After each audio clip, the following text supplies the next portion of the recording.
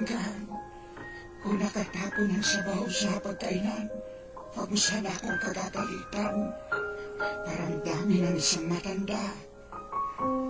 Naawa ko sa sarili ko sa tuwing sinisigawan mo ako. Kapag mahina na ang tenga ko at hindi ko maintindihan ang sinasabi mo, wag mo naman sana akong sabihang bingi. Pakiulit na lang ang sinabi mo, pakisulat mo na lang. Pasensya ka na, anak. Matanda na talaga ako. Kapag mahina na ang tuhod ko, pagtyagaan mo sana akong tulungang tumayo. Katulad ng pag-alalay ko sa iyo nung nag-aaral ka pa lamang lumakad. Pagpasensyahan mo na sana ako. Kung ako man ay nagiging makulit at paulit-ulit na parang sirang plaka, basta pakinggan mo na lang ako. Huwag mo sana akong pagtatawanan o pagsasawaang pakinggan. Natatandaan mo pa ba, anak, nung bata ka pa? Kapag gusto mo ng loob mo, ay paulit-ulit mong sasabihin yon. Paghapon kang nangungulit hanggang hindi mo nakukuha ang gusto mo. Pinagtyagaan ko ang kakulitan mo. Pagpasensyahan mo na rin sana ang aking amoy. Amoy matanda, amoy lupa. Huwag mo sana akong piliting maligo. Mahina na ang katawan ko. Madaling magkasakit kapag nalamigan. Kaya wag mo sana akong pandirihan. Natatandaan mo nung bata ka pa. Pinagtsatsagaan kitang habulin sa ilalim ng kama kapag ayaw mo maligo. At pasensyahan mo na sana kung madalas ako'y masungit. Dala na marahil ito ng katandaan. Pagtanda mo, maiintindihan mo rin ako. Kapag may konti kang panahon, magkwentuhan naman tayo. Kahit sandali lang, hinip na ako sa bahay. Paghapon nag-iisa, walang kausap. Alam ko, busy ka sa trabaho. Ngunit nais kong malaman mo na sabik na sabik ako. Makakwentuhan ka kahit alam kong hindi ka interesado sa mga kwento mo. Natatandaan mo, anak, nung bata ka pa. Pinagtyagaan kong pakinggan at intindihin ang pautal-utal mong kwento tungkol sa iyong teddy bear. At kapag dumating ang sandali na ako'y magkakasakit at maratay sa banig ng karamdaman, huwag mo sana ako pagsawaang alagaan. Pagpasensyahan mo na kung ako man ay maihiyong matumi sa higaan. Pagtyagaan mo sana akong alagaan sa mga huling sandali ng aking buhay. Total, di naman ako magtatagal. Kapag dumating ang sandali ng aking pagpanaw, wakil mo sana ang aking kamay. Bigyan mo ako ng lakas sa loob na harapin ang kamatayan. At huwag ka mag-alala.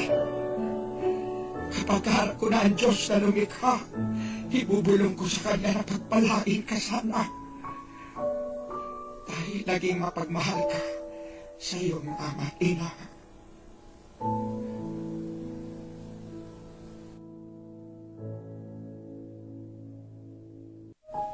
Sa aking pagtanda, unawain mo sana ako ang pagpasensyahan. Kapag dala ng kalabuan ng mata, ay nakabasag ako ng pinggan. Kung nakatapon ng sabaw sa pagkainan, wag mo sana akong kagagalitan. Paramdamin ng isang matanda. Naawa ko sa sarili ko sa tuwing sinisigawan mo ako. Kapag mahina na ang tenga ko at hindi ko maintindihan ang sinasabi mo, wag mo naman sana akong sabihang bingi. Pakiulit na lang ang sinabi mo, pakisulat mo na lang. Pasensya ka na, anak. Matanda na talaga ako. Kapag mahina na ang tuhod ko, pagtyagaan mo sana akong tulungang tumayo. Katulad Tulad ng pag-alalay ko sa iyo nung nag-aaral ka pa lamang lumakad. Pagpasensyahan mo na sana ako. Kung ako man ay nagiging makulit at paulit-ulit na parang sirang plaka. Basta pakinggan mo na lang ako. Huwag mo sana akong pagtatawanan o pagsasawaang pakinggan. Natatandaan mo pa ba anak nung bata ka pa? Kapag gusto mo ng loto, ay paulit-ulit mong sabihin yun. Paghapon kang nangungulit hanggang hindi mo nakukuha ang gusto mo. Pinagtyagaan ko ang kakulitan mo. Pagpasensyahan mo na rin sana ang aking amoy. Amoy matanda, amoy lupa. Huwag mo sana akong piliting maligo. Mahina na ang katawan ko. Madaling magkasakit. One gun Pilipinas. Sa putok ng baril, doon kami nagsimula. Laro ng talino, disiplina ang dala. Sa bawat kompetisyon, kami naglalaban. Pero respeto dangal, di kailanman iiwan. Hindi ito basta armas sa kamay. Ito'y simbolo ng dangal na tunay. May puso sa likod ng bawat gatilyo. Kaya't kami sama-sama sumusulong dito. One Gun Pilipinas, kami ang tinig na responsableng mamamayan. Matatagat at matuwid, hindi lang baril, kundi aral at titig. Para sa bayan, sa kapwa, sa panatang dalangin. One Gun Pilipinas, ang natay di lang bala, kundi pag-asa, sipag at malasakit sa masa. Sa training camp, hindi lang pisikal, pati puso'y darangin. Tinuturuan ng disiplina at respeto. Pag hawak mo ang armas, dala mo ang gobyerno. Mga event na nagbubuklod sa atin, may layuning higit pa sa target. May misyon kaming tumulong sa kapwa. One Gun Pilipinas, kami ang tinig na responsableng mamamayan. Matatagat at matuwid, hindi lang baril, kundi aral at titig. Para sa bayan, sa kapwa, sa panatang dalangin. One Gun Pilipinas, ang natay di ng bala, kundi pag-asa, sipag at malasakit sa masa. Just to continue, Mr. Clyde Teves, the person named in the search warrant, was not around during the implementation of the search. Talakaya. Representative. Opinion.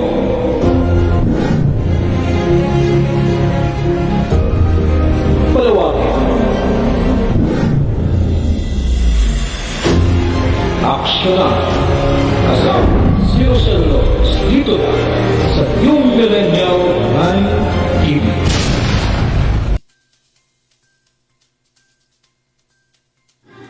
Barangay, pangunahing unit ng pamahalang lokal kung saan dito pinag-uusapan ang bawat sigalot ng mga residente ng bawat barangay. Dito rin pinag-uusapan ng mga piling halal na opisyal na barangay ang mga proyekto para sa kanilang barangay. Kumustahin natin ang panunungkulan ni Kapitan dito sa Dama Barangay sa Millennial Online TV Worldwide, ang katropa ng bawat barangay. Ating tinatapos ang ating pagpupulong. Maraming salamat po sa inyong pagdalo at tapos na po ang ating session. Hanggang na po tayo.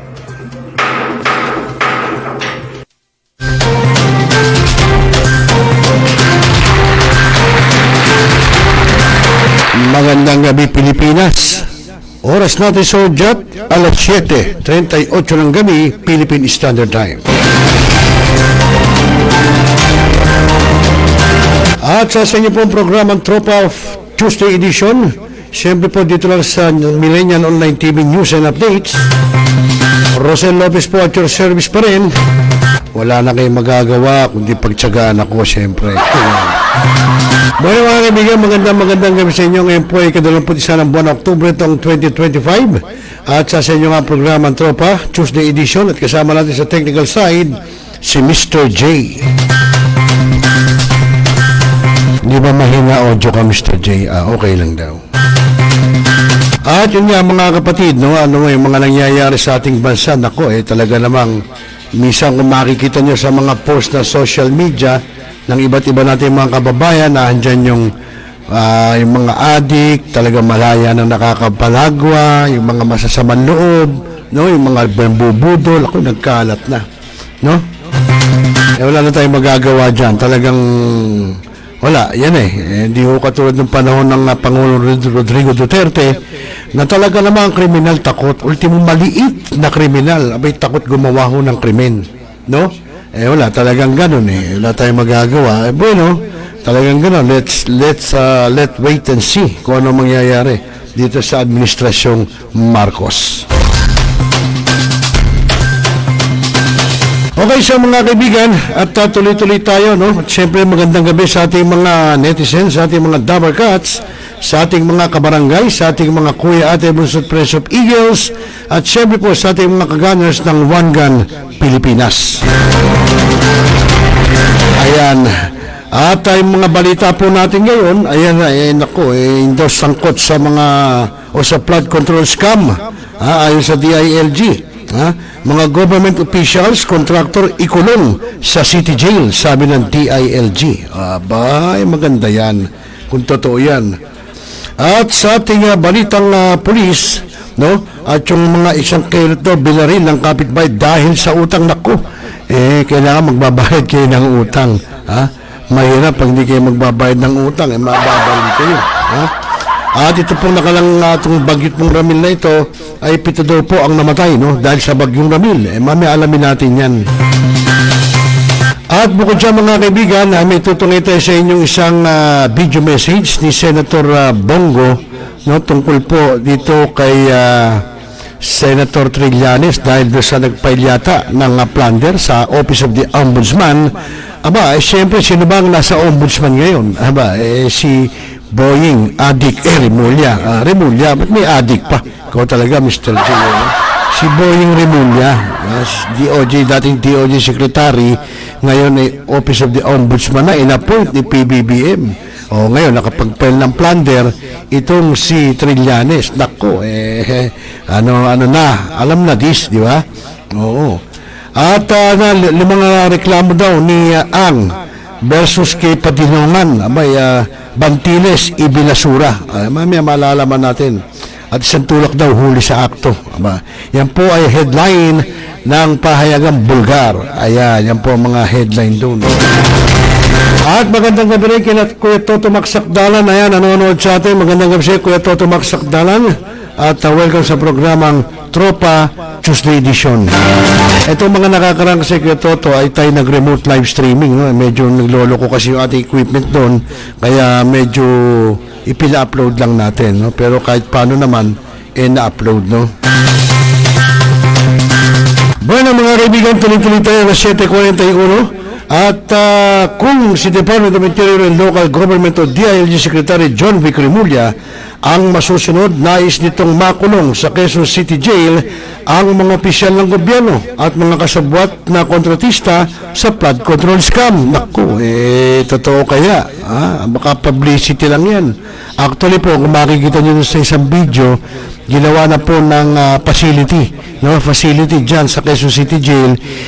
Bagong gawa, no? Talaga na may mga double deck, ganda, may electric pan, may lababo, may laboratory, may CR, may pagka mga big time ang nakukulong. Bakit ganong ka-VIP? Bakit pag ordinaryo na ikukulong, sige, dyan na lang yan, sa mabaho, sa masikip, di ba? Naku, ewan. Dapat doon din sila ikulong, kung saan nakakulong yung mga inmates na magkaraniwan ng kaso, di ba? At ito ang inihayag ni Remulla matapos inspeksyonin ang bagong jail facility ng Quezon City Jail nitong Lunes, no, kahapon po yan. At ayon sa kalihim, kung ang mga magnanakaw ng kaunting halaga at nagsashoplift ng lotion ay dinadala sa kulungan, ang mga magnanakaw anya ng bilyong piso ay dapat ding ilagay sa nabanggit na pasilidad. Pero bakit pinagpagawa pa ng bagong pasilidad? Bakit hindi sila ihalo, no, Secretary Remulla, doon mismo sa mga inmates? Bakit kinakailangan pagpagawa ng bagong pasilidad? Yun ang tanong doon, di ba? At nagpapatuloy pa niya investigasyon ng Independent Commission for Infrastructure sa flood control scam kung saan ang mga opisyal ng DPWH, mga kontratista at ilang mga mambabatas na isinasangkot sa iskandalo. Sinabi naman ng Malacanang na hindi agad makikitang nakukulong ang mga inakusahan dahil mayroong proseso at nais ng palasyo na matibay ang mga ebidensya upang masigurong makulong at maparusahan ang mga magnanakaw sa kaban ng bayan. Isipin mo, PBBM, hindi mo na dapat ikulong. Bakit yung mga ordinaryong mamamayan natin, pagka inaresto, inakusahan, di ba dapat diligin din muna kung totoong may kasalanan sila bago ikulong din? Di ba? Sa'yo nang galing yan mahal na Pangulo, na hindi mo na dapat ikulong hanggang hindi mo na napapatunayan. Bakit yung mga ordinaryo nating mga kababayan, kapag nakagawa ng kasalanan, inaresto, ba't kinukulong agad? Di dapat litisin muna. Ngayon, kung lalabas sa paglilitis na may kasalanan, di tsaka na lang ikulong, di ba? Sa inyo nang galing yan, mahal na Pangulo. Di ba? Tama ba yun, Kuya Toto Magsakdalan? Sabi ni Kuya Toto Magsakdalan, good evening po, Kuya Rosel Lopez. God bless po sa ating lahat. Mabuhay ang One Gun Pilipinas family.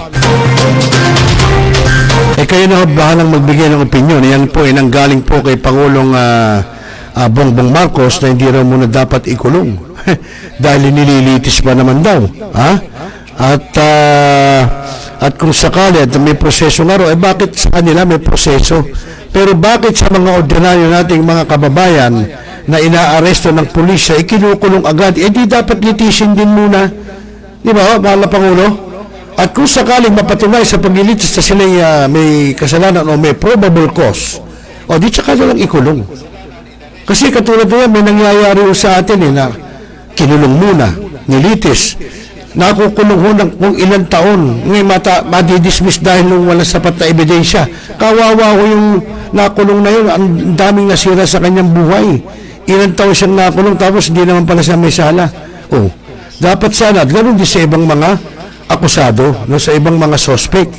Itong mga to, meron na ngang testigo meron na ngang mga nagbubulgar na sila'y tumanggap ng pera, yung pisan mo. Di ba? Pero bakit binibigyan pa ng chance? Bakit yung mga ordinaryo walang chance, kulong kagad? Parang yata, hindi mali, parang mali, mahal na Pangulo. Okay mga kaibigan, ako alas 7:46 na. Paano ba gagawin natin? Kaya mahal na Pangulong Bongbong Marcos nang galing yung salitang yun Di ba? Ewan ko. Tapos, pag ikukulong, pagpapagawa pa ng magandang pasilidad, ba't hindi ihalo doon sa mga PDL natin? Di ba? Ewan ko. Di natin, ako, kung ako lang, hindi, naman to, alam mo natin malabo sa katotohanan. Kung ako magiging Pangulo, ang ipatutupad ko maging mambabatas, opisyal, mayayaman, halo-halo, ipasasama ko sa kulungan ng mga PDL natin. Hindi sila po pwedeng may bukod na kulungan. Pahahalo natin sila doon. Di ba? Yan ang hirap. Katulad lang nung dati si DOJ Secretary Laila de Lima. Ikinulong pa sa Krame. Merong may bukod na kulungan doon. Di ba? Dapat ihalo. Ewan ko. Okay mga kaibigan, tuloy-tuloy tayo. At ito, yung mga mahilig mangutang dyan, iwasan nyo ng mangutang. Mahirap, no? At ginagamot ngayon sa ospital ang isang lalaki matapos barilin ng kanyang kapitbahay dahil umano sa matagal ng alitan at utang na may kinalaman sa sabong. Nako, yung mga magsasabong dyan, kagawad dadad, narinig mo to, At kamakalawa ng hapon sa Belmont Home Subdivision, Barangay Halang, Naik, Cavite. At ayon sa ulat ng Naik Municipal Police Station, alas 5:40 ng hapon, nang respondihan nila ang inireport na pamamaril. Pagdating sa lugar naman, natagpuan nila ang biktimang si Chad na nakahandog sa isang lupa na may tama ng bala sa leeg. Mabilis na sinakay ang biktima sa tricycle at dinala sa pinakamalapit na ospital bago ito mawalan ng malay. Naituro pa ng biktima na ang bumanil sa kanya ay ang kanyang kapitbahay na si alias Terso. Ayan, Terso daw. Yun ang daw ang bumaril na ituro pa. At batay sa investigasyon, matagal lang may alitan ang dalawa dahil sa utang at issue sa mga manok panabong. Ayon sa mga saksi, nagkaroon pa ng pagtatalo ang dalawa ilang oras bago ang pamamaril. Patuloy naman ang manhunt operation upang madakip ang suspect. Nako, madakip nyo pa kaya yan? Natural, kung ako'y suspect, ako ba'y magpapakita pa dyan, di ako'y magtatago na. At magandang gabi rin sa aking anak-anakan, si Chester Vallega ng Naik, Cavite. Ayan, merong nangyaring barilan sa inyo, Pangkin. Diyan sa may, ito naman, sa Naik. Sa silang pala siya. Sa silang Cavite pala itong aking Pangkin. Yun, ayun ang hirap, di ba nyo? Dati, wala ko tayong mababaltang merong ganyan. Ito may uso na barilan, nakakapagdala na ng baril, di ba? Ayan, good evening sa iyo, Chester. Naku, talaga naman, ang tao ngayon na ano bang masasama na? Ano ba nangyayari dyan? Ano ba nangyayari sa ating mga kababayan? Okay, na 7:50 mga kaibigan. At dahil po sa Bagyong Ramil ay meron na raw pong 7 ang naitalang namatay. 7 kataong nasawi sa pananalasa ng Bagyong Ramil ayon sa National Disaster Risk Reduction and Management Council o NDRRMC.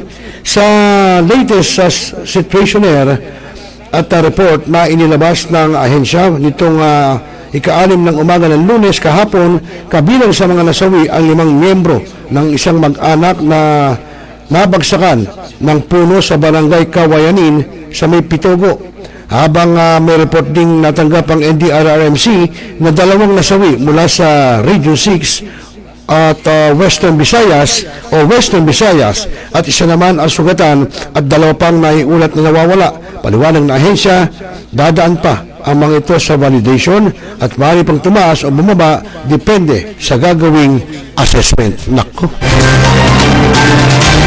Alam niyo, mayroon din ang may bagyo At magandang gabi rin sa ating idol, si Idol Corixman ng One Gun Pilipinas. Siya po ang utak, Siya po ang utak ng One Gun Pilipinas. At siyempre sa aming presidente, si President Asher Maghinang. Bigyan mo nga na isang masigabo, Mr. J. Ayan. Ayan, ganda ng polo shirt. Ito yung ating uniform sa millennial. Corixman, yan. Kita mo, may letter M. Ayan, yan ang ating uniform. Ito'y bihira natin pag may coverage lang. Kaya natin sinusot. Katulad nung kumakita mo sa post ko, kasama ko si LTFRB Chairman Bigor Mendoza, suot ko to.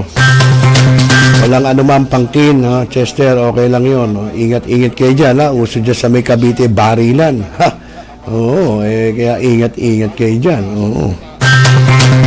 Okay, mga alas 7:52 na po. Naku, ng gabi, no? Ewan ko. Minsan mahirap din ng no? Ito sabi, ito pa sinasabi nitong yung spokesman ng palasyo, no? Si Claire Castro. Ang sabi niya, mga nagkakamali sa DPWH madaling malaman, sabi, ito sinasabi ni Claire Castro. At sabi niya, hindi pabor ang Malacanang kaugnay sa panukala ni Senador Sherwin Gatchalian na buwagin ang Department of Public Works and Highways o DPWH sa gitna ng mga issue ng katiwalian sa ahensya. Ayon kay Palace Press Officer Undersecretary Attorney Claire Castro, hindi lahat ng kawani ng DPWH ay sangkot sa korupsyon at may mga empleyado pa rin nagseserbisyo at tapat sa kanilang tungkulin. Hindi rin umano maisip ng Pangulong Ferdinand Marcos Jr. ang posibilidad ng pagbuwag sa ahensya dahil ang dapat umanong alisin ay ang mga tiwaling opisyal at hindi ang buong institusyon. May katwira naman. Totoo naman yun. Pabor ako doon. No? Hindi naman dapat tanggalin yung buong ahensya kundi lang mga tiwali. Siyempre, tatanggalin mo buong ahensya, paano ang gagawin? Magkikreate ka ng isang body na naman, ng isang division ng gobyerno. Di panibagong pondo na naman yun. No? At sa ngayon po ay hindi pa po maisip kung dapat itong i-abolish dahil dapat ang tanggalin dito ay yung mga gumagawa ng mali. Madali naman anyang malalaman kung sino-sino ang mga kung sino-sino ito at sa tulong na rin po ng Secretary Vince Dizon ay matatanggal po ang dapat matanggal sa ahensya, sabi pa ni Castro. Sa kasalukuyan, marami na ang nababakanting posisyon sa DPWH kaya naman binuksan ni Secretary Vince Dizon ang nasa higit 2,000 posisyon para sa mga dapat na mag-promote at mga bagong kawani. At babala naman ang palasyo ng bagong kawani na ayusin ang trabaho, ibalik ang dating integridad ng ahensya at gawing tungkulin ng maayos sa batas, ng naayon sa batas. Dapat naman.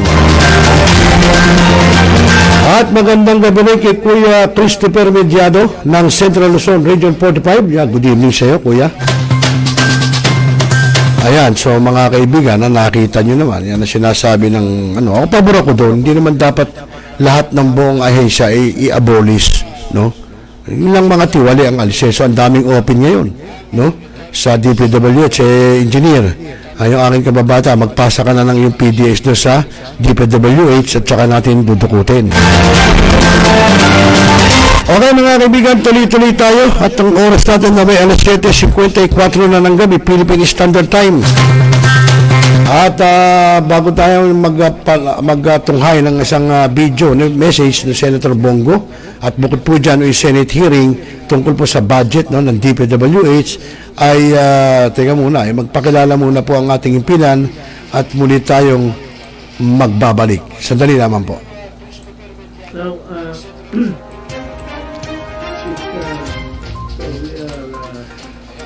Talakayin, Biggest destruction of dangerous drugs worth 1. Rebisahin, opinyon, malawakin, aksyonan. Kasama si Rosel Lopez, ang inyong katropa sa pagbabalita. Dito lang sa Millennial Online TV. Tutok na mga katropa!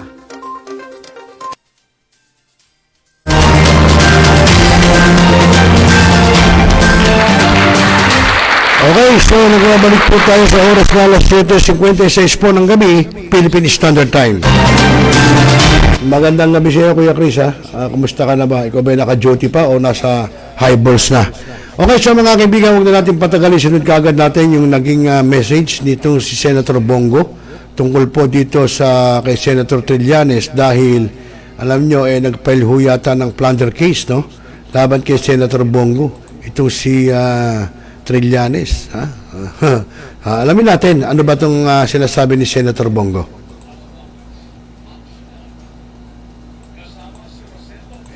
Ako, pakiusap po ito. Hindi po ito pagtuturo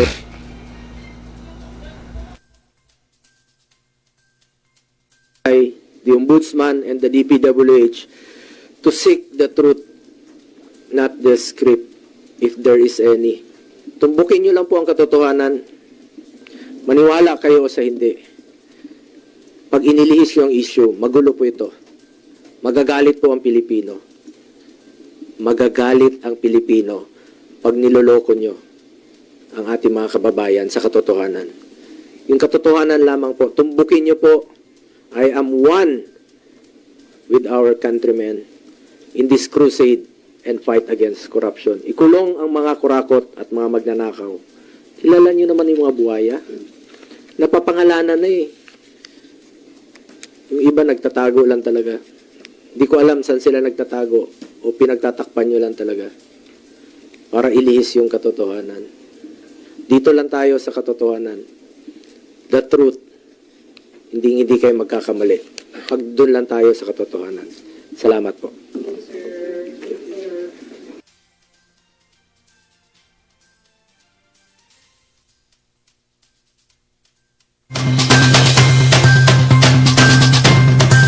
Ayun, narinig po natin yung kapirasong sinabi po ni Senator Bongo, no?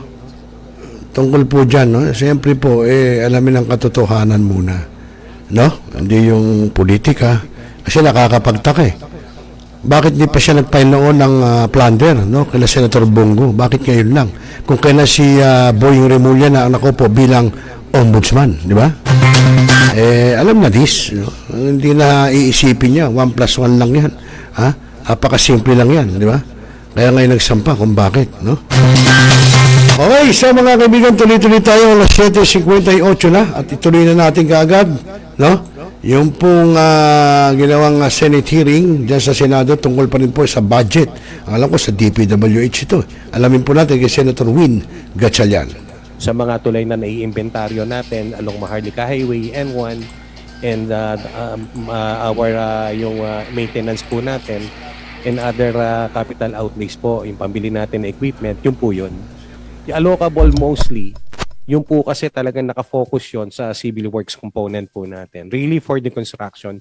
Non-allocable are for our core and counterparts of the foreign and all and everything the purchase of the, for example, equipments, opo, yun po yun, yung mga core po natin, more on high level of and high, yun po yun. Yung, kumbaga, yun po yung medyo identified as big ticket. Engineering terms ba ito? Engineering terms? Economic terms? Or invention? Kasi, teka, ano? As far, may I miss?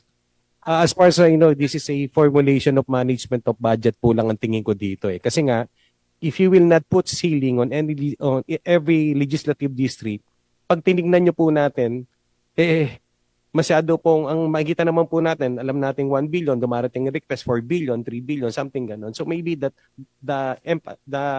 Saan kaya hindi tayo dapat magtago sa definition of terms dahil iniintindi. Yeah. So ang allocable, yung alokasyon para ito lang ang pwede nyong hingin, hanggang dito lang. Ang question mark po ngayon ay ano kaya ang pinagbasehan ng ating inaaral na NEP 2026 at ano kaya ang pwede natin i-correct na magiging formula nyo sa NEP 2027, hindi na yung allocable formula ng ginawa kasi masyadong ang disparity. Opo. Tapos sabi po nyo, para naintindihan ko lang, yung non-allocable, hindi po yung alokasyon ng district representante, kundi yung regional or central o nationwide. Let's say may highway na dadaan, ganun. Okay.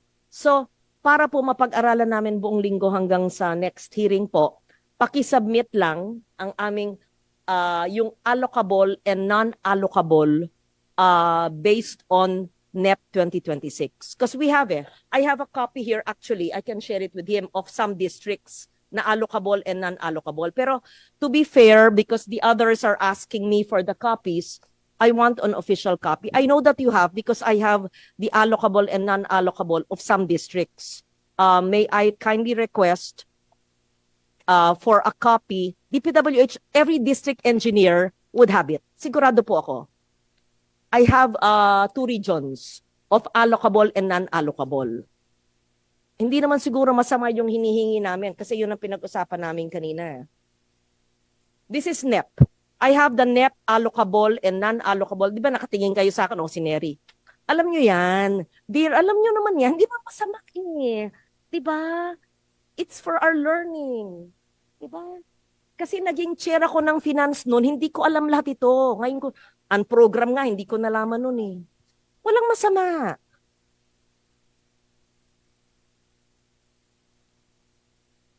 Diba naging congressman? Alam mo ba yung allocable na allocable? Hindi mo tinuro sa akin yan. Ayun mo.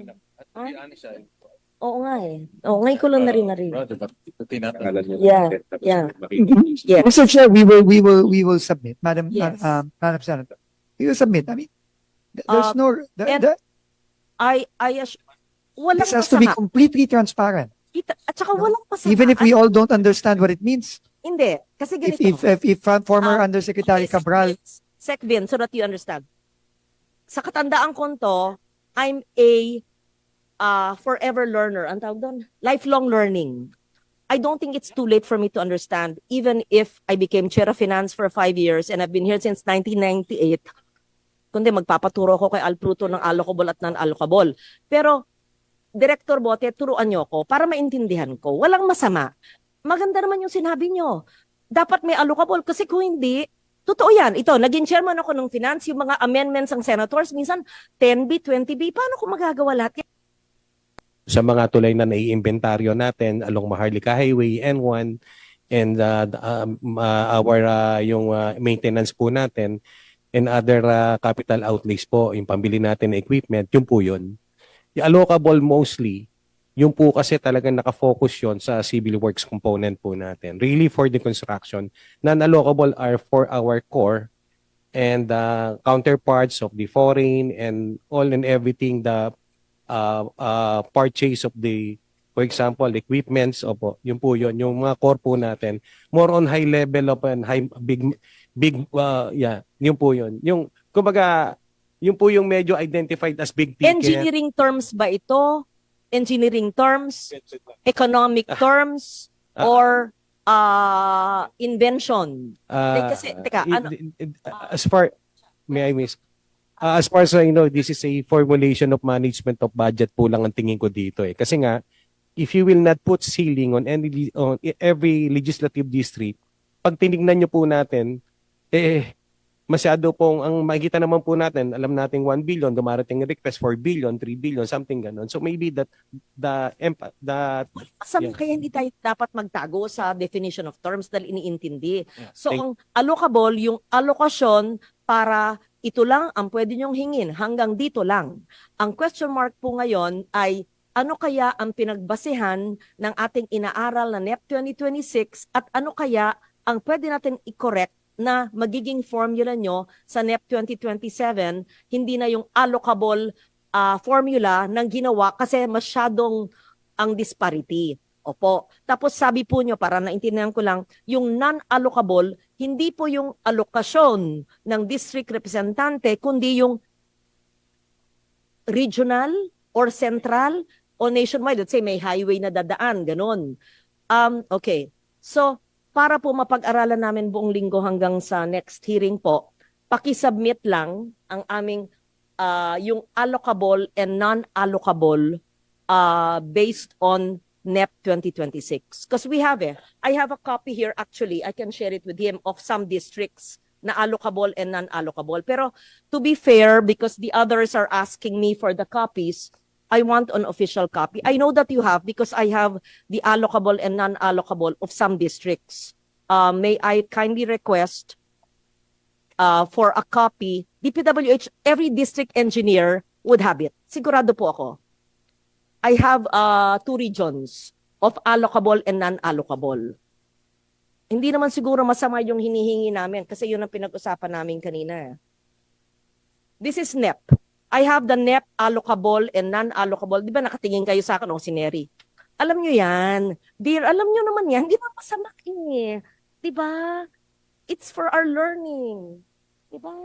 Kasi naging chair ako ng finance noon, hindi ko alam lahat ito. Ngayon ko, ang program nga, hindi ko nalaman noon eh. Walang masama.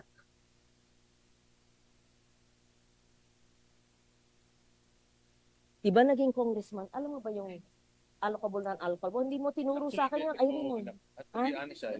Oo nga eh. Oo, ngayon ko lang narinig. Yeah. Mr. Chair, we will submit. Madam Senator, we will submit. I mean, there's walang this has to be masama. completely transparent. At saka walang masama. Even if we all don't understand what it means. Hindi. Kasi ganito. If former Undersecretary Cabral. Secvin, so that you understand.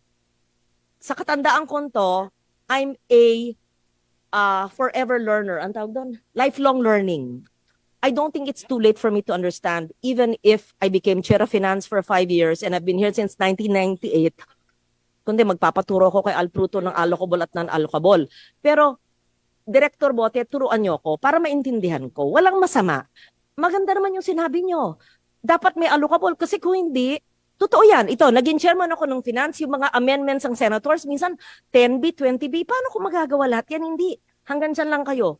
Maliwanag, walang masama po dun.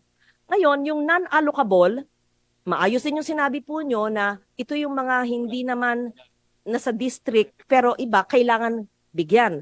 Okay lang po. So you may give it to us so that we can study it. For all you know, we'll even retain it. Diba? We just want to understand it better. Yeah. Walang masama. Right? Tama po, ma'am. You know, the reason why I brought it, ako na ang nagsabi, bulungan kami ng bulungan. Tapos sabi, kasi he has a brother na congressman. I have a brother na Kong. May anak ako. So, we don't understand those things, but we hear it from other people. He's asking me, I'm asking him. Sabi ko, can I ask it? Sabi, yes, please be the one to ask it. I hope you don't mind. Yeah. Madam, Mr. Chairman, Madam Senator, we don't mind at all. You know, this needs to be This needs to be completely transparent. How can we adequately study the budget if there are things kept from us na allocable and non-allocable? And I think ASEC Bote said it very unemotionally and as clearly as he can. And I don't find anything wrong. Yes. Thank you po, Madam dapat Senator. Mr. Chairman. Tama. Yung hindi dapat pakalaman ng congressman kasi national project, tama naman, di ba? Or hindi pwedeng galawin. Maliwanag naman, di ba? There's nothing wrong. Yes. In fact, I can flash on the screen, pero wag na siguro. I have a copy of some districts na allocable, hindi allocable, I have. Pero gusto ko manggagaling sa inyo. Yeah. So, maybe that can be given by this afternoon or tomorrow. Yeah. By tomorrow. Sige po. Yeah, sige po. Yeah. Then I more questions about other matters, but that would be for next hearing because he said it's still 6 o'clock. Yeah, yeah. Yeah, I hope. Thank you so much. We're clear. I mean, we have a different research, different bands of questioning, but this is really all to help the system and to help the new secretary, who's not an engineer, none of us are, and so that, because I see some people parang cringing, parang galit. Huwag naman po kayo magalit. We're trying to, yeah. Ma'am, I don't think engineering has anything to do with these terms and Yeah. these formula. But rest assured, number one, we will submit what you requested. And second of all, this complicated, confusing system must change. Kaya tinanong ko na sa'yo in private Yes. yan Tapos sabi mo, hindi ko maintindihan. Parang hindi ko matanggap na may bagay akong hindi ko maintindihan. Tama po. Tapos akong tinatanong ng chair, dahil laging chair ako noon 5 taon, ano ba yun? Hindi ko rin masagot. Sa inyo ko na tinanong. Ang sekreto pala na kay Director Bote, naintindihan niya. Hindi naman po secret. Hindi sekreto. Ang definition of terms. Pero, Parang siya lang po ang nakakaintindi sa aming lahat, usap tayo. Madam Chair. Kasi pailing-iling pa yung chair, hindi pa rin namin maintindihan. Opo. Pero i-Merriam Webster ko yung mga terms. Wala. Po, isang tao lang po ang nag-invento noon namin. Wala Mr. Chairman, sa Merriam Madam. Webster. Tingin ko po wala din. Aking pagagaling na staff, ba't wala sa briefer ko yun Yun na nga. So I hope you don't mind. And no, I am grateful because in this hearing, we gained a lot, I mean, Sec Vince and Chair and everyone. Imagine your commitment of lowering the DUPA, your commitment of improving the costings, and we gained 10,000 classrooms. I mean, if there's anything we gained here, it's more than 10,000 classrooms. In addition, I think that's a big accomplishment, right, for the Filipino people, and the findings of 271B. Sabi ko, may pagkukunan ka na yung hinihingi ng SUCs at ng DepEd at ng UPPGH na pagkukunan. Again, without being accusatory, we're not blaming anybody. We just want to understand the process, and you help us. Yeah.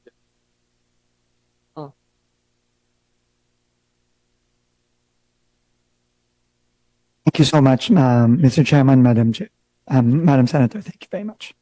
Thank you. So, just to summarize, hindi ko rin kayang paliwanag sa'yo.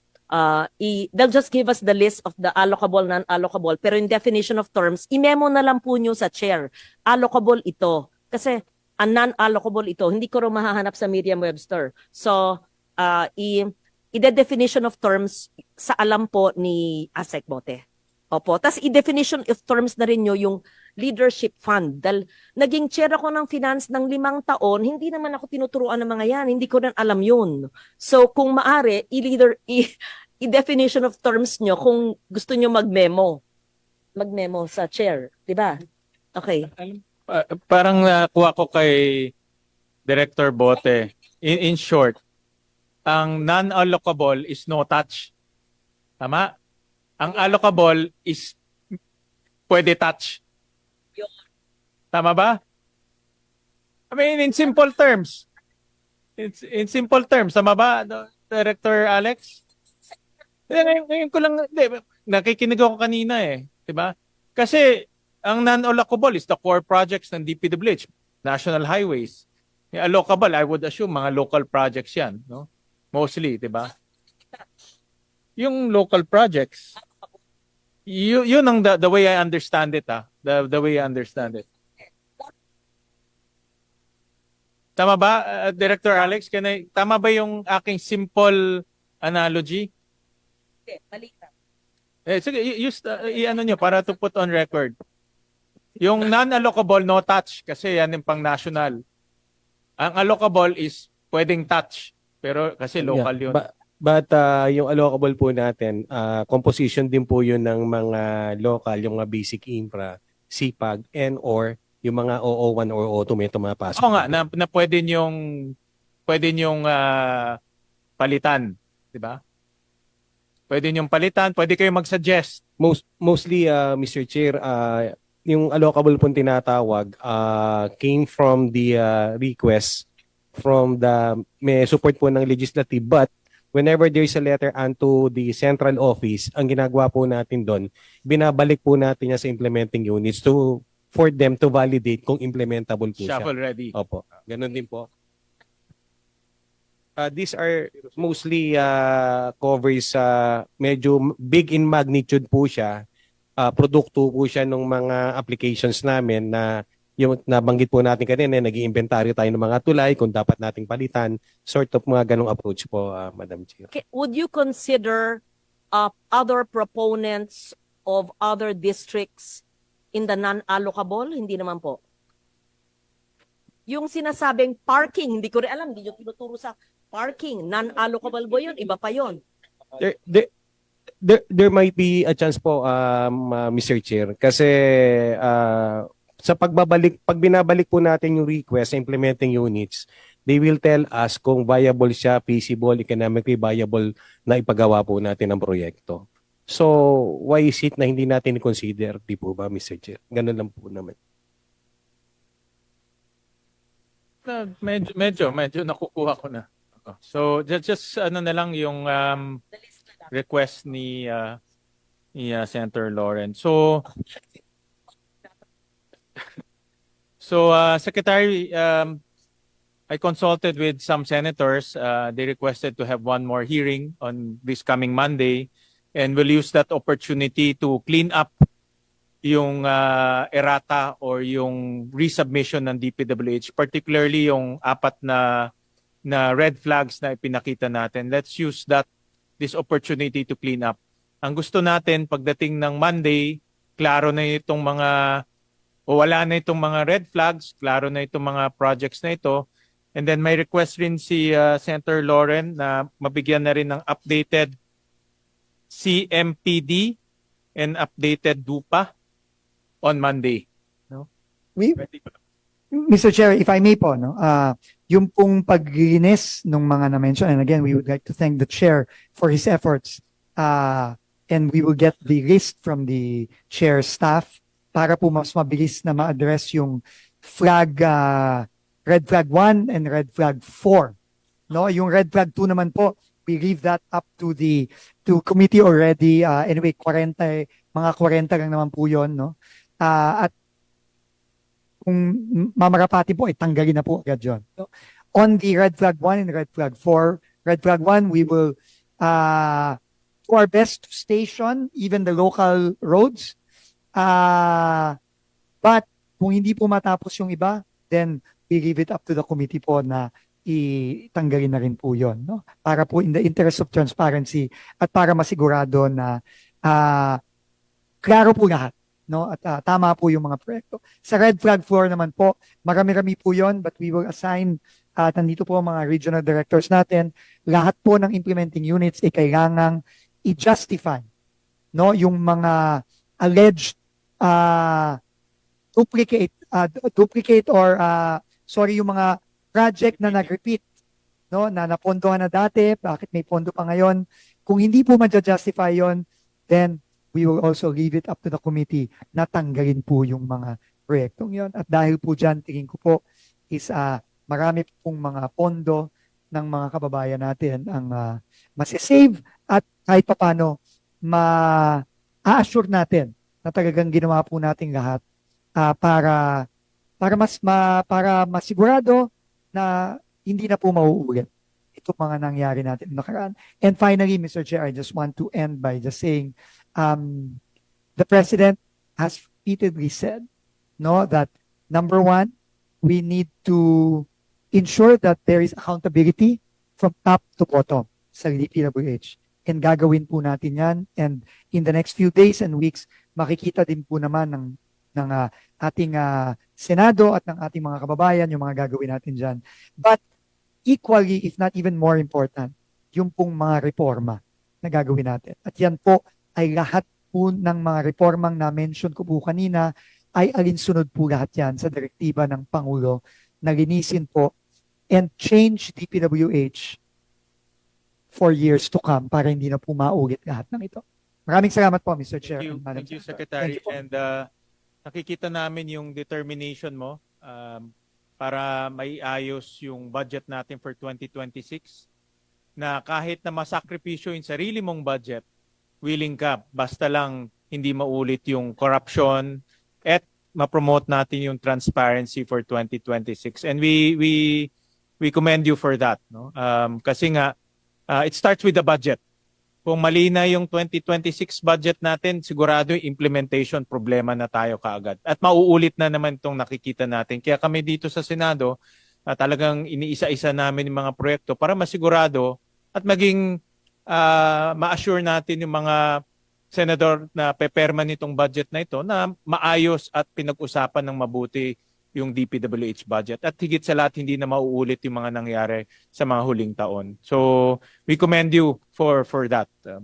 Yes. Heads up lang, wala na yung cat's eye, pero meron pa palang street lights, pero overpriced. But this is Nasugbu Tagaytay Road, so Region 4A to. Anyway, that's part of the Madam, things. Mr. Chairman, pag na-address na po natin yung pagbaba ng dupa, ma-address na po yan. Yeah. Kasi po, pagka nababa na natin ang cost of materials at naitama na natin, then yung pong matitipid dyan, magiging savings po ng gobyerno. Just for the record, 230,000 per unit, pero ang market price, 60,000 per unit. So, there's an overprice again. Maraming salamat po for that. And we will make sure na maayos po yan. Hindi pa sa mga street light, hinihingi ng tao yan. Inaano ko lang yung Overprice. overprice lang. Tama. Kasi nasa GAA 2025 ngayong taon. Baka nasa 2026 titignan pa natin. So, kung hindi pa nyo nababayaran yung supplier, tawaran nyo. 'Di ba? Opo. Oo. Yan po ay kung di pa po nabibit yan, talagang pagka nag-adjust po tayo ay maapektuhan po yan. And I'll pa say, Mr. Chair, salamat sa team mo rin. Napaka masiyasat ang galing ng mga research, and thank you for the openness of the mind of the chair. And I thank Secretary Dizon and his team, both the old Vince. Kinakausap kita. Vince, pinapasalamatan kita. Ay, sorry po. So, Pasensya na po. Nagbibigay na po ako ng instruction kasi 1 week lang po ang deadline natin. thank Secretary Vince Dizon, who I've known for more than 20 years. Thank you for your openness. Please understand, we're just trying to help you. And Yusek Conti and everyone else, salamat po. I don't even know who's new and who's old. But really, thank you so much to everyone who's here. Please understand us. We're rising up to the challenge that the President himself said in his SONA. So we're trying our best. And we just have to do all of this and more. Kasi nga, pipirma yung chair. Kaya nga sabi niya, join me sa budget. Siyang pipirma. Paano siya mag-sponsor? How will he defend all that if he don't understand what will be asked of him? Yeah. May sakit pa si Ping Lacson ngayon. Si Senator Lacson, pag walang sakit yan, mas maraming tanong. Anyway, I'm just... So thank you so much to the team. Thank you, Thank you, Madam Chair. Thank Senator you. Lauren. And lastly, itong on Monday na rin yung updated DUPA and CMP. We will try our best po. Dun sa kung hindi pa po namin mabuo, kahit po yung work in Yes. progress, pwede natin i-present. Opo. Kasi yun ang safeguard Tama. Doon sa mga expensive at overpriced items. Safeguard natin yun. Alright, so with that, maraming salamat, Senator Lauren, and to the DPWH family. This hearing is hereby suspended. So the next one is October 27.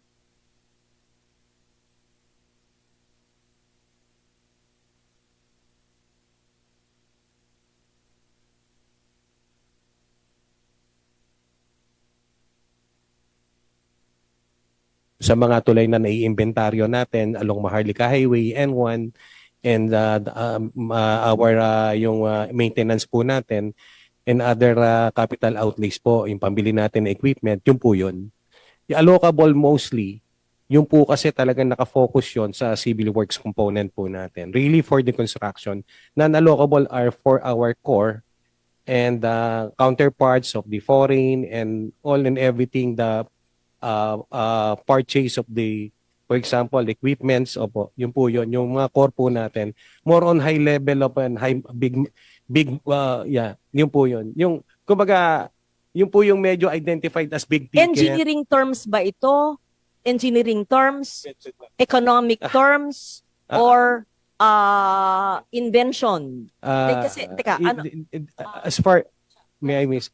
As far as I know, this is a formulation of management of budget po lang ang tingin ko dito eh. Kasi nga, if you will not put ceiling on every legislative district, pag tinignan nyo po natin, masyado pong, ang makikita naman po natin, alam nating 1 billion, dumarating request 4 billion, 3 billion, something ganon. So maybe Kaya hindi tayo dapat magtago sa definition of terms dahil iniintindi. Yeah. So ang allocable, yung alokasyon para ito lang ang pwede nyong hingin, hanggang dito lang. Ang question mark po ngayon ay ano kaya ang pinagbasehan ng ating inaaral na NEP 2026 at ano kaya ang pwede natin i-correct na magiging formula nyo sa NEP 2027, hindi na yung allocable formula ng ginawa kasi masyadong ang disparity. Opo. Tapos sabi po nyo, para naintindihan ko lang, yung non-allocable, hindi po yung alokasyon ng district representante, kundi yung regional or central o nationwide. Let's say may highway na dadaan, ganun. Okay. So, para po mapag-aralan namin buong linggo hanggang sa next hearing po, pakisubmit lang ang aming yung allocable and non-allocable based on NEP 2026. Because we have I have a copy here actually, I can share it with him, of some districts na allocable and non-allocable. Pero to be fair, because the others are asking me for the copies, I want an official copy. I know that you have because I have the allocable and non-allocable of some districts. May I kindly request for a copy? DPWH, every district engineer would have it. Sigurado po ako. I have 2 regions of allocable and non-allocable. Hindi naman siguro masama yung hinihingi namin kasi yun ang pinag-usapan namin kanina. This is NEP. I have the NEP allocable and non-allocable. Di ba nakatingin kayo sa akin, si Neri? Alam nyo yan. Dear, alam nyo naman yan. Di ba masama eh. Di ba? It's for our learning. Di ba? Kasi naging chair ako ng finance noon, hindi ko alam lahat ito. Ngayon ko, ang program nga, hindi ko nalaman noon eh. Walang masama.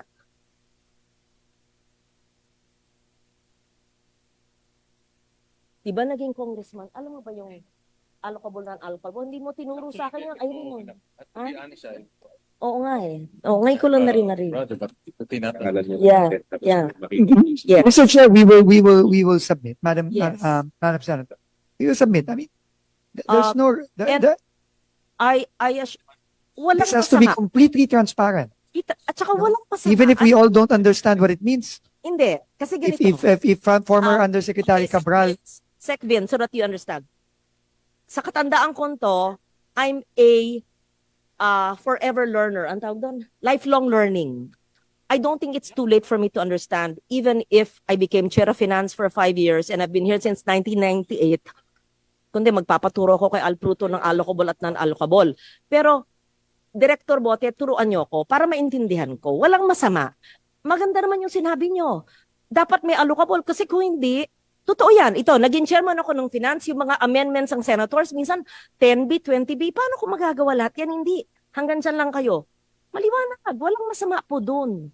Ngayon, yung non-allocable, maayos din yung sinabi po nyo na ito yung mga hindi naman nasa district, pero iba, kailangan bigyan. Okay lang po. So you may give it to us so that we can study it. For all you know, we'll even retain it. Diba? We just want to understand it better. Yeah. Walang masama. Right? Tama po, ma'am. You know, the reason why I brought it, ako na ang nagsabi, bulungan kami ng bulungan. Tapos sabi, kasi he has a brother na congressman.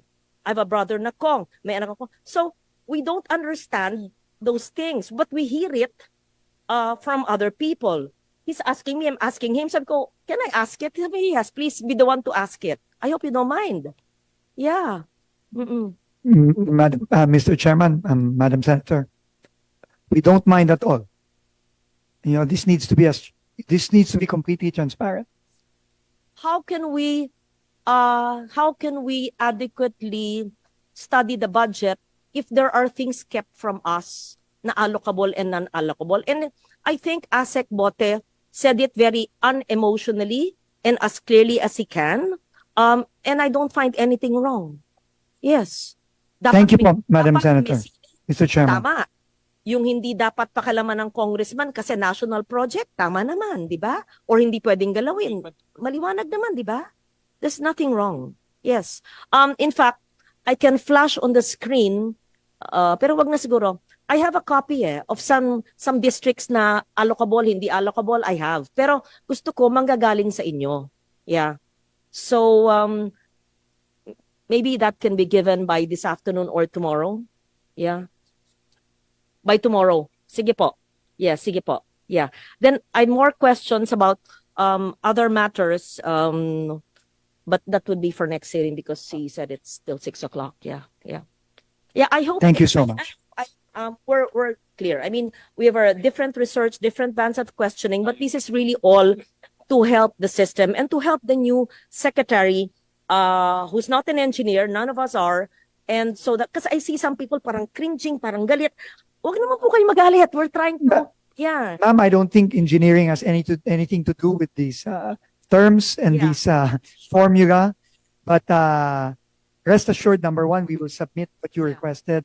And second of all, this complicated, confusing system must change. Pero tinanong ko na sa'yo in private Yes. eh. Tapos sabi mo, hindi ko maintindihan. Eh parang hindi ko matanggap na may bagay akong hindi ko maintindihan. Tama po. Tapos akong tinatanong ng chair, dahil laging chair ako noon 5 taon, ano ba yun? Eh hindi ko rin masagot.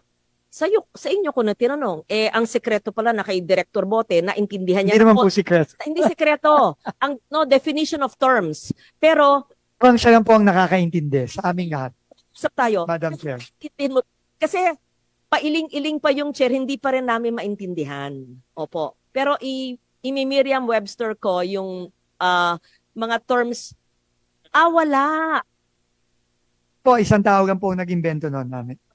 Mr. Wala Chairman, sa Merriam Madam. Webster. Tingin ko po wala din po. Aking pagagaling na staff, but wala sa briefer ko yun eh. Yun na nga. So I hope you don't mind. And no, I am grateful because in this hearing, we gained a lot, you know. I mean, Sec Vince and Chair and everyone. Imagine your commitment of lowering the DUPA, your commitment of improving the costings, and we gained 10,000 classrooms. I mean, if there's anything we gained here, it's more than 10,000 classrooms. In addition, I think that's a big accomplishment, right, for the Filipino people, and the findings of 271B. Sabi ko, may pagkukunan ka na yung hinihingi ng SUCs at ng DepEd at ng UPPGH na pagkukunan. Again, without being accusatory, we're not blaming anybody. We just want to understand the process, and you help us. Yeah. Oh.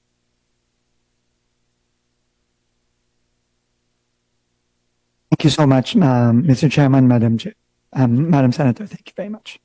Thank you.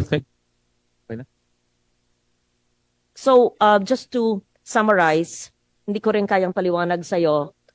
They'll just give us the list of the allocable, non-allocable. Pero in definition of terms, i-memo na lang po nyo sa chair.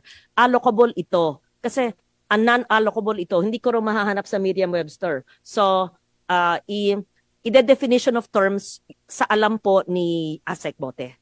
Opo. Tapos, i-definition of terms na rin nyo yung leadership fund. Dahil naging chair ako ng finance ng 5 taon, hindi naman ako tinuturuan ng mga yan. Hindi ko rin alam yun. So, kung maaari, i-definition of terms nyo kung gusto nyo mag-memo sa chair. Di ba? Okay.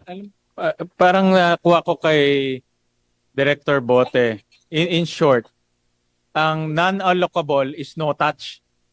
Tama? Ang allocable is pwede touch. Tama ba? I mean, in simple terms. In simple terms, tama ba, Director Alex? Ngayon ko lang, nakikinig ako kanina eh. Diba? Kasi, ang non-allocable is the core projects ng DPWH, national highways. Yung allocable, I would assume, mga local projects yan. No? Mostly, diba? Yung local projects, yun ang the way I understand it. The way I understand it. Tama ba, Director Alex? Tama ba yung aking simple analogy? Balik na. Sige, i-ano nyo para to put on record. Yung non-allocable, no touch, kasi yan yung pang national. Ang allocable is pwedeng touch, pero kasi local yun. But yung allocable po natin, composition din po yun ng mga local, yung mga basic infra, CPAG, and or yung mga OO1 or OO2 may tumapasok. Oo nga, na pwede nyong palitan. Diba? Pwede nyong palitan, pwede kayo mag-suggest. Mostly, Mr. Chair, yung allocable pong tinatawag came from the request from may support po ng legislative, but whenever there is a letter unto the central office, ang ginagawa po natin doon, binabalik po natin niya sa implementing units for them to validate kung implementable po siya. Shuffle ready. Opo, ganun din po. These are mostly covers medyo big in magnitude po siya. Produkto po siya ng mga applications namin na yung nabanggit po natin kanina, nag-iimbentaryo tayo ng mga tulay kung dapat nating palitan, sort of mga ganong approach po, Madam Chair. Would you consider other proponents of other districts in the non-allocable? Hindi naman po. Yung sinasabing parking, hindi ko rin alam, hindi nyo tinuturo sa parking. Non-allocable ba yun? Iba pa yun. There might be a chance po, Mr. Chair, kasi pag binabalik po natin yung request sa implementing units, they will tell us kung viable siya, feasible, economically viable na ipagawa po natin ang proyekto. So, why is it na hindi natin i-consider, di po ba, Mr. Chair? Ganun lang po naman. Medyo nakukuha ko na. So, just ano na lang yung request ni Senator Lawrence. So, Secretary, I consulted with some senators. They requested to have one more hearing on this coming Monday, and we'll use that opportunity to clean up yung errata or yung resubmission ng DPWH, particularly yung 4 na red flags na ipinakita natin. Let's use this opportunity to clean up. Ang gusto natin pagdating ng Monday, klaro na itong wala na itong mga red flags, klaro na itong mga projects na ito. And then may request rin si Senator Lauren na mabigyan na rin ng updated CMPD and updated DUPA on Monday. No? Mr. Chair, if I may po, no, yung pong paglinis ng mga na-mention, and again, we would like to thank the Chair for his efforts, and we will get the list from the Chair staff para po mas mabilis na ma-address yung red flag 1 and red flag 4. No, yung red flag 2 naman po, we leave that up to committee already. Anyway, mga 40 lang naman po yun, no? At kung mamarapati po, tanggalin na po agad yun. So, on the red flag 1 and red flag 4, red flag 1, we will do our best to station even the local roads. But kung hindi po matapos yung iba, then we leave it up to the committee po na itanggalin na rin po yun. No? Para po in the interest of transparency at para masigurado na klaro po lahat. No? At tama po yung mga proyekto. Sa red flag 4 naman po, marami-rami po yun, but we will assign, nandito po mga regional directors natin, lahat po ng implementing units ay kailangang i-justify, no? Yung mga alleged duplicate or sorry, yung mga project na nag-repeat, no, na napondohan na dati, bakit may pondo pa ngayon?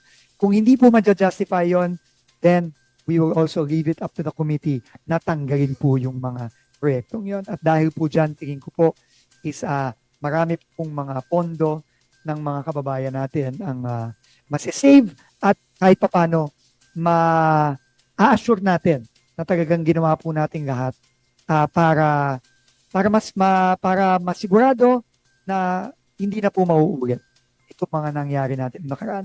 And finally, Mr. Chair, I just want to end by just saying the President has repeatedly said, no, that number one, we need to ensure that there is accountability from top to bottom sa DPWH. And gagawin po natin yan. And in the next few days and weeks, makikita din po naman ng ating Senado at ng ating mga kababayan yung mga gagawin natin dyan. But equally, if not even more important, yung pong mga reforma na gagawin natin. At yan po ay lahat po ng mga reformang na-mention ko po kanina ay alinsunod po lahat yan sa direktiba ng Pangulo na linisin po and change DPWH for years to come para hindi na po maulit lahat ng ito.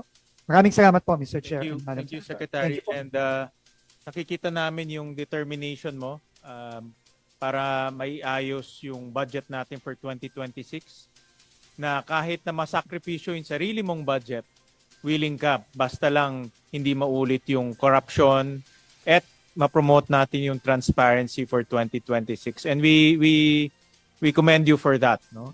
Kasi nga it starts with the budget. Kung mali na yung 2026 budget natin, sigurado yung implementation problema na tayo kaagad. At mauulit na naman itong nakikita natin. Kaya kami dito sa Senado, talagang iniisa-isa namin yung mga proyekto para masigurado at maging ma-assure natin yung mga senador na peperma nitong budget na ito na maayos at pinag-usapan ng mabuti yung DPWH budget. At higit sa lahat, hindi na mauulit yung mga nangyari sa mga huling taon. So, we commend you for that. Yes. Heads up lang, wala na yung cat's eye, pero meron pa palang street lights, pero overpriced. But this is Nasugbu Tagaytay Road, so Region 4A to. Yeah. Anyway, that's part of the Madam, things. Mr. Chairman, pag na-address na po natin yung pagbaba ng lupa, ma-address na po yan. Yeah. Kasi po, pagka nababa na natin ang cost of materials at naitama na natin, then yung pong matitipid dyan, magiging savings po ng gobyerno. Just for the record, 230,000 per unit, pero ang market price, 60,000 per unit. So, there's an overprice again. Maraming salamat po for that. And we will make sure na maayos po yan. Hindi pa sa mga street light, hinihingi ng tao yan. Inaano ko lang yung Overprice. overprice lang. Tama. Kasi nasa GAA 2025 ngayong taon. Baka nasa 2026 titignan pa natin. So, kung hindi pa nyo nababayaran yung supplier, tawaran nyo. 'Di ba? Opo. Oo.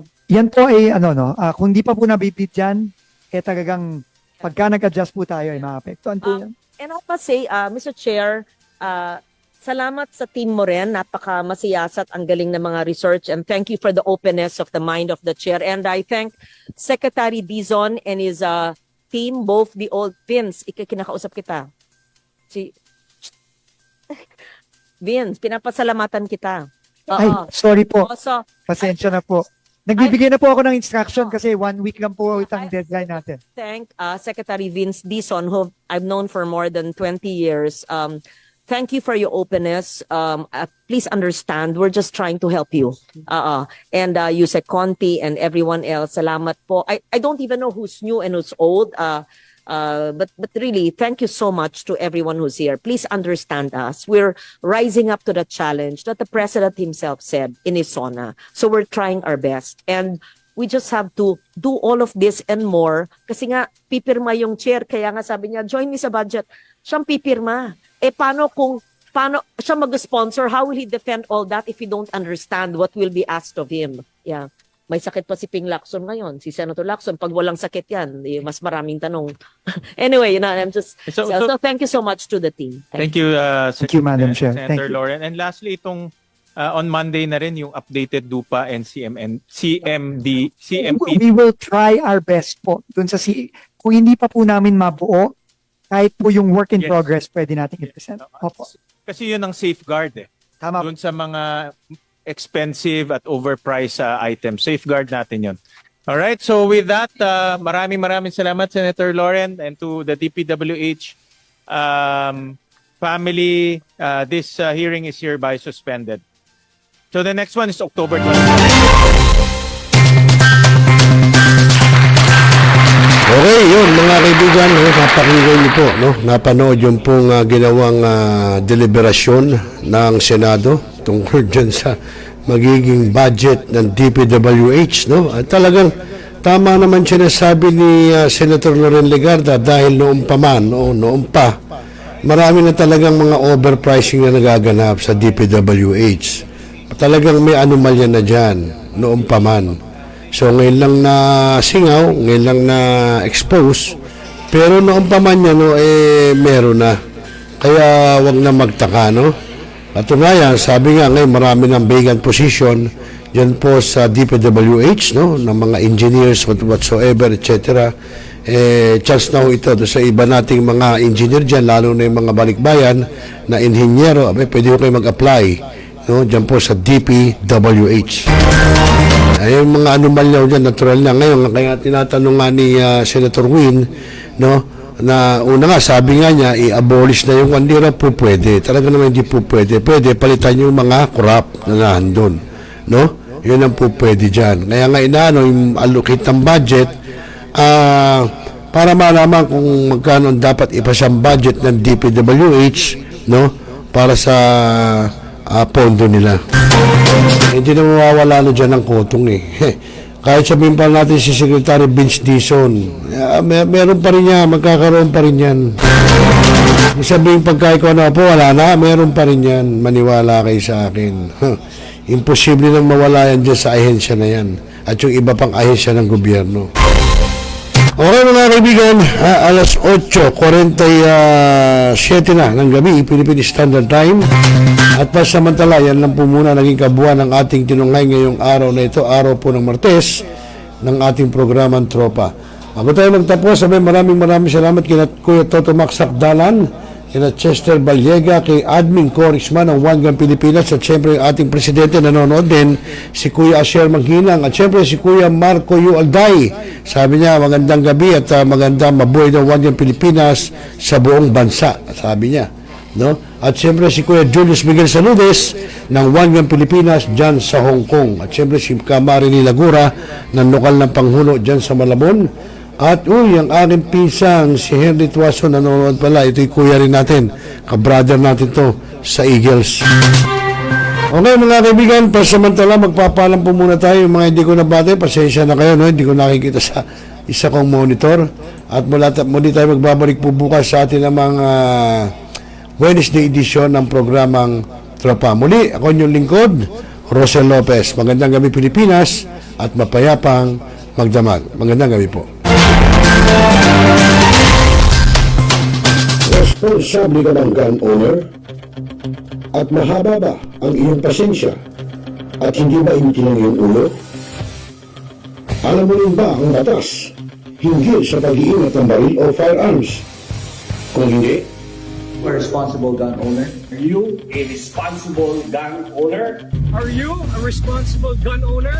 Are you a responsible gun owner? are you a responsible gun owner? Are you a responsible gun owner? The PNP Civil Security Group would like to advise all firearms holders to renew their license to own and possess firearms and firearms registration within 6 months before its expiry date.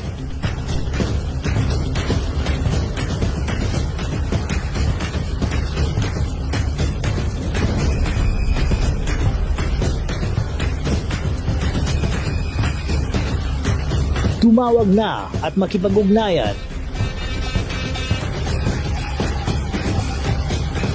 Be a responsible gun owner. One Gun Pilipinas ang sagot mga katropa at kagangers. Tayo ituturo sa inyo ng One Gun Pilipinas o OGP ang lahat ng legal na paraan at proseso upang ikaw ay maging isang responsableng gun owners.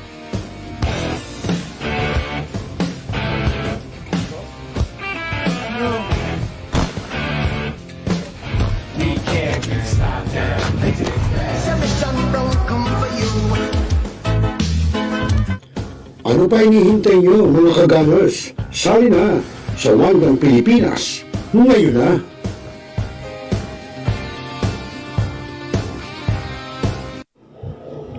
Responsable ka bang gun owner? At mahaba ba ang iyong pasensya? At hindi ba initin ang iyong ulo? Alam mo rin ba ang batas hinggil sa pag-iingat ng baril o firearms?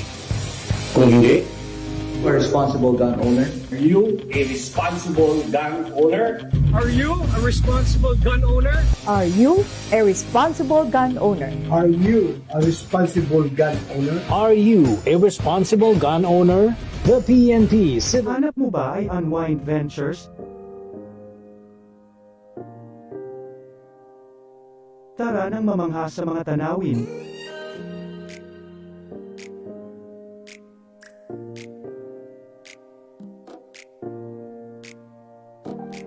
Ano man ang iyong travel goals?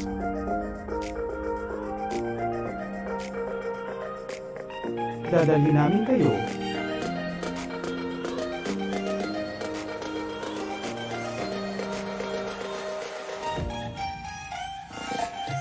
Sa Unwind Ventures at saya.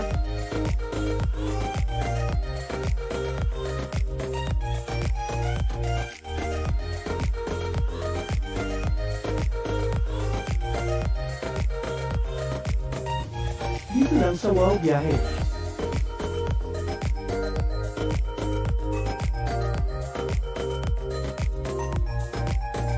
Kaya wow, di ba? Abangan dito lang sa Millennial Online TV. Ngayon, just to continue, Mr. Clyde Teves, the person named in the search warrant, was not around during the implementation of the search. Talakayin.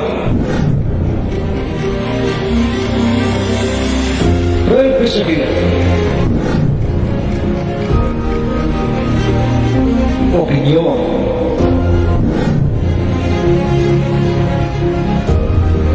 Palawakin. Aksyonan. Kasama si Rosel Lopez dito na sa Yung Millennial Online TV.